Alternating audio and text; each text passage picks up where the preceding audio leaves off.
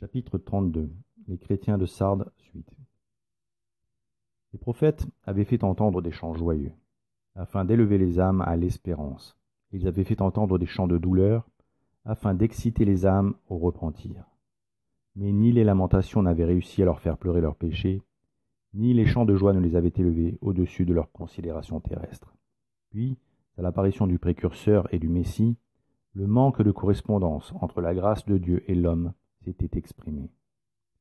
Jésus le constate lui-même, disant « Jean-Baptiste est venu, ne mangeant point de pain et ne buvant point de vin, invitant les hommes à la pénitence. Et vous dites, il est possédé d'un démon. Le Fils de l'homme est venu, mangeant et buvant, et vous dites, voilà un homme qui mange beaucoup et qui boit du vin, un ami des publicains et des pécheurs. » Ces hommes se comportaient comme des enfants irresponsables et blasés. Monseigneur Massillon dit d'eux, ils sont semblables à ces enfants dédaigneux, à qui une troupe d'autres enfants reproche dans la place publique leur mauvaise humeur, leur mépris et leur indifférence aux invitations qui leur sont faites. Et voilà le portail naturel de ceux dont je parle. Ils font si bien par leur esprit artificieux et critique, que sous quelque forme que se présente à eux la sagesse, ils trouvent des raisons qui les dispensent de la suivre. Et en effet, les principaux des Juifs, se reposant avec ostentation sur leur sainteté et leur savoir, étaient aussi peu touchés de la vie austère de Jean que de la vie commune et sainte de Jésus-Christ. Et ils blasphémaient également l'un et l'autre. Selon eux, Jean était un homme sauvage et farouche, possédé du démon, et Jésus était un homme qui aimait à manger et à boire, et qui était ami des pécheurs.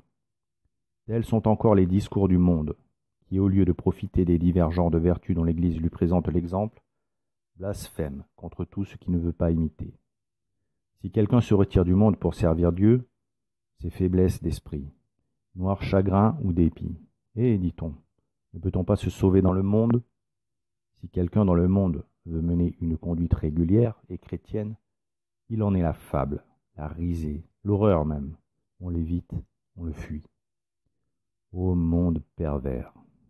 Tu abuses de tout, tu blasphèmes contre tout, tu rejettes tout ce qui pourrait te sauver. Hélas! N'avons-nous pas nous-mêmes répété les blasphèmes du monde et imité son insensibilité? Monseigneur Massillon faisait ce constat au début du XVIIIe siècle, alors que les derniers Bourbons régnaient encore. Plus tard, en 1905, sous le pontificat de Saint Pilice, qui, rappelons-le, s'interrogeait tout de même sur la possibilité que l'Antéchrist ne fût déjà né, tant il était inquiet de la progression de l'apostasie et de l'hérésie dans la chrétienté, le père Thirier écrivait en commentant le même passage de l'Évangile.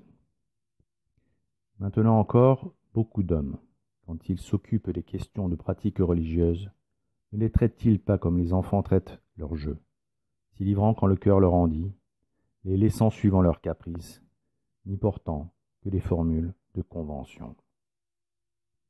50 ans plus tard, la situation était encore pire. Car quel était l'état de l'Église en 1958 au moment du conclave? La Sainte Vierge n'avait-elle pas expressément demandé à plusieurs reprises aux catholiques du monde entier de faire pénitence, rue du Bac à Paris, à Lourdes, à la Salette, à Fatima, comme jadis l'avait demandé saint Jean-Baptiste? Et ces messages furent-ils entendus? Et comment réagit le clergé au sujet de son avertissement de la Salette? Et les demandes de la Mère de Dieu formulées à Fatima furent-elles honorées? À dire vrai, on fit bien peu de cas de ce que la très sainte Vierge avait déclaré. Pourtant, il est certain que le clergé de l'époque plaignait régulièrement les Juifs de n'avoir pas écouté les messages de saint Jean-Baptiste. Dans leurs homélies, ils se demandaient comment ces derniers avaient-ils pu être aussi aveugles, comment n'avaient-ils pas compris, et ce grand mystère d'iniquité étonnait de nombreux catholiques, comment les prêtres et les scribes de l'époque avaient-ils pu être aussi mauvais, et comment le peuple avait-il pu les suivre? Mais eux-mêmes, cherchaient-ils à avoir de saints prêtres? Priaient-ils pour avoir de saints prêtres, de saints évêques et un saint pape qui exigerait d'eux le meilleur? Ou cherchaient-ils à être encadrés par les plus libéraux des ministres de Dieu, pour pouvoir, comme les Juifs contemporains du Messie, remplacer la vie intérieure par un conformisme religieux d'apparat. Cette question, il faut se la poser. Et il faut aussi se demander ce que veulent les conciliaires d'aujourd'hui, et surtout, si ce qu'ils ont ne correspond pas à ce qu'ils souhaitent dans leur fort intérieur. De la même manière, il faut s'interroger sur les catholiques de la tradition. Que veulent-ils vraiment? Veulent-ils réformer leur cœur? Ou veulent-ils simplement un retour à la situation de conformisme religieux qui prédominait dans l'Église d'avant 1958? C'est une grave question. Car être catholique, n'est-ce pas avant tout accepter la croix? Accepter de la prendre sur son épaule, accepter de la traîner en suivant le Christ, même si elle est lourde, qu'elle nous broie et nous meurtrit.